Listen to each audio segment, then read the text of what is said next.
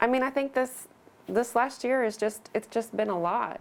That is an understatement from one of the most frontline of essential workers, COVID intensive care unit nurse Crystal Funke. You just got to stay positive and put one foot in front of the other. And she's been working at the Deaconess Gateway ICU since the Tri-State's first COVID case way back in March. Yeah, it is difficult. Some days are worse than others. Since then, more than 64,000 Tri-Staters have contracted COVID-19. Most of them are on ventilators. It's very stressful. Constant, monitoring, and a lot of them, they're required to be heavily sedated.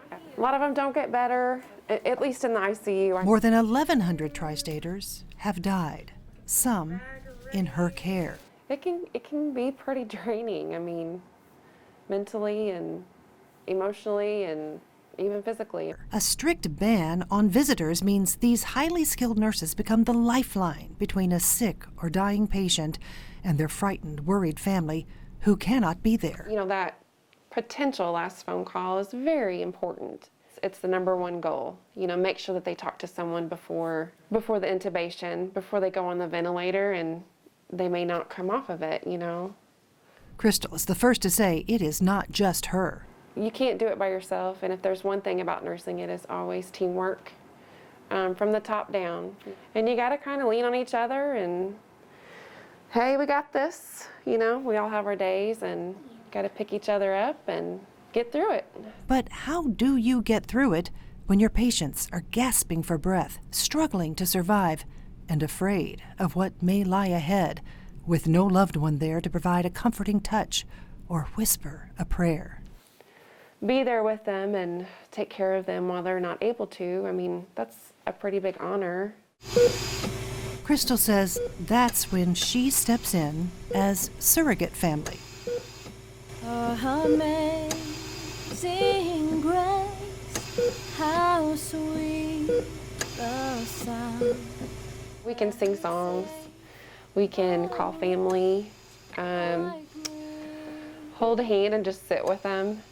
Even until the end.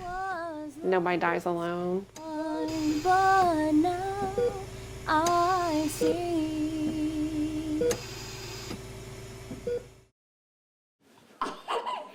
Crystal can't help but bring COVID concerns home with her. Shoes are at the back door always. I usually go straight to the shower. But she works a plan to keep her family safe. And they're usually in bed by the time I get home, so I try to sneak upstairs and give them a kiss and tell them I love them. She's a great mama, and she helps us a lot. Inner strength, absolute beauty, very smart, and just easy to be in love with. This family knows their mama is special, and Crystal knows her family has her back. I mean, I think they're heroes. Awesome. They sacrifice their mama. We do laundry for her. They do laundry for me. Oh. I'm very thankful for all these nurses, especially my mom. Without them, they're the backbone of the U.S. during this predicament. And I know if I was a patient, I would want her as my nurse. Time at home gives Crystal balance and renewal to return to work and provide the best care for her patients. But she insists what keeps her going is her other family, the surrogate family from the ICU, the ones who are tested by this virus and recover. To keep working so hard for the sick ones that you think aren't going to make it. Sometimes you do think, what is the point of all of this? Everyone's, no one's going to make it.